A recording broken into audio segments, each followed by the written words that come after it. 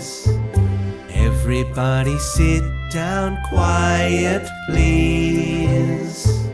Everybody sit down, listen carefully. Everybody sit down, please.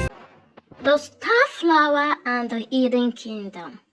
Once upon a time, in a valley where the sky kissed the hills, a little girl named Alara lived with her grandmother.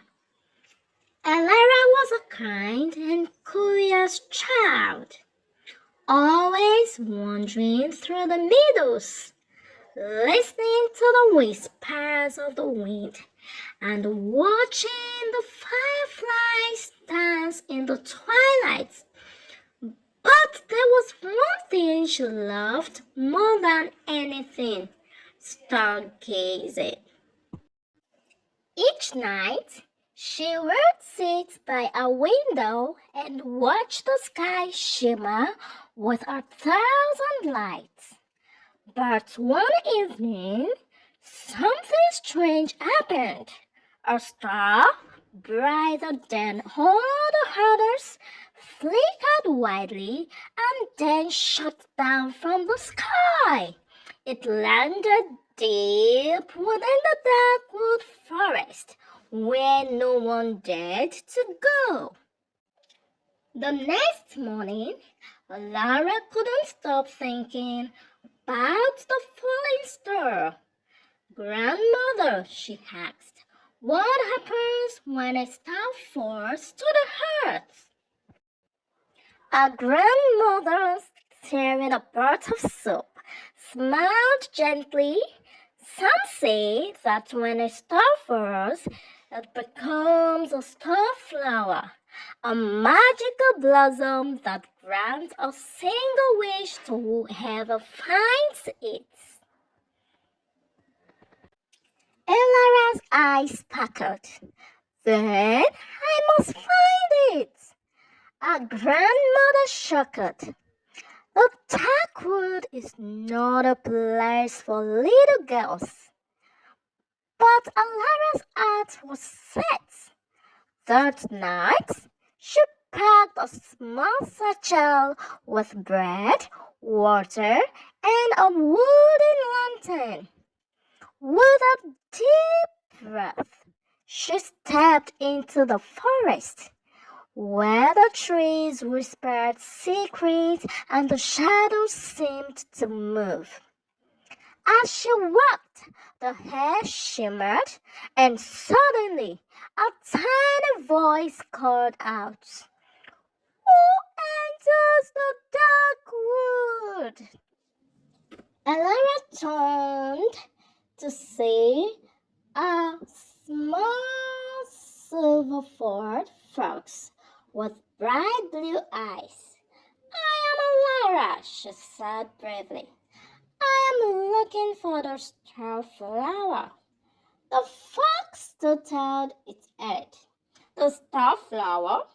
It is not just for anyone, but if you seek truly, you must pass 3 trials." Alara nodded. "I will do whatever it takes."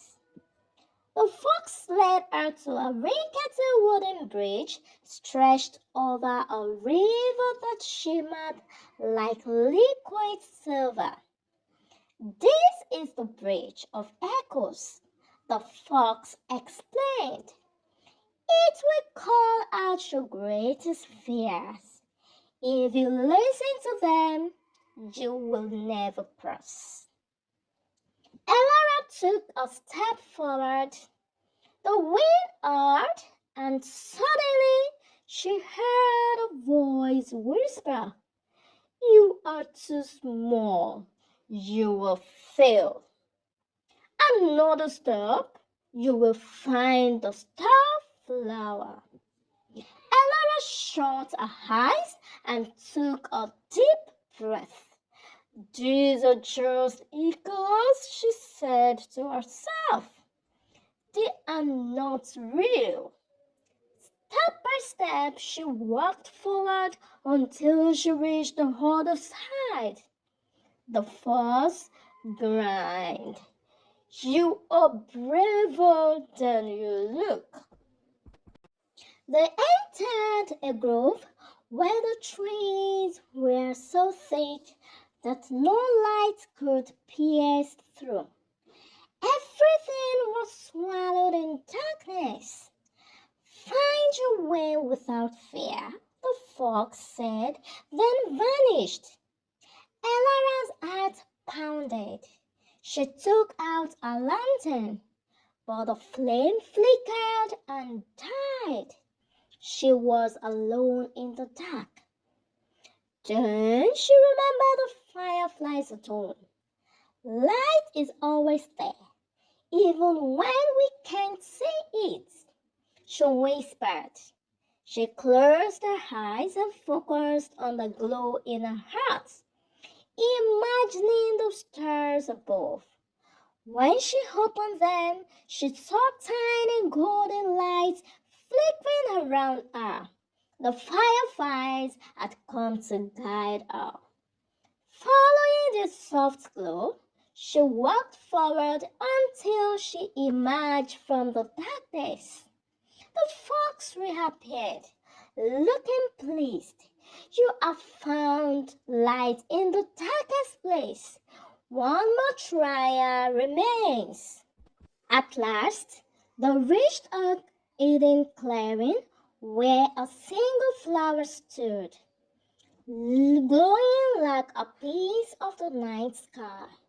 But a tall figure in a cloak of shadows stood before it, the guardian of the star flower. Only one with a true heart may take the flower, the guardian said in a deep voice. Tell me, child, what will you wish for? Alara hesitated. She had thought about wishing for 1,000 things, a castle, a crown, even to fly like a bird. But then she thought of her grandmother, always working so hard to care for her. She took a deep breath and said, I wish for my grandmother to be happy and never feel lonely. There was silence. Then the guardian nodded. You have chosen wisely. He stepped aside and Alara carefully plucked the star flower. As soon as she touched it, a warm golden light surrounded her, and she felt as if the stars themselves were singing. The fox smiled. It is time to go home. Alara found herself back at her grandmother's cottage, as if no time had passed. But something was different. The air was lighter, the stars twinkled brighter, and the grandmother's face glowed with joy. From that day on, the dark world was no longer feared.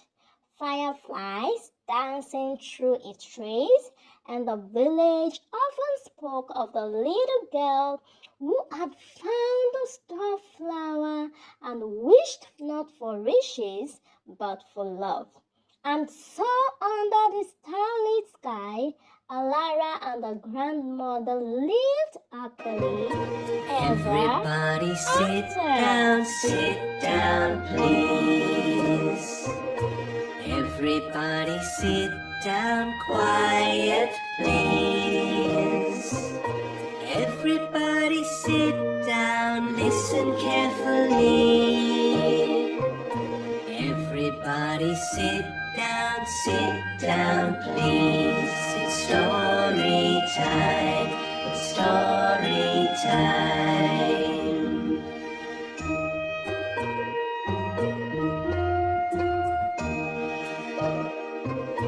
Everybody sit down, please. Everybody sit down quiet, please.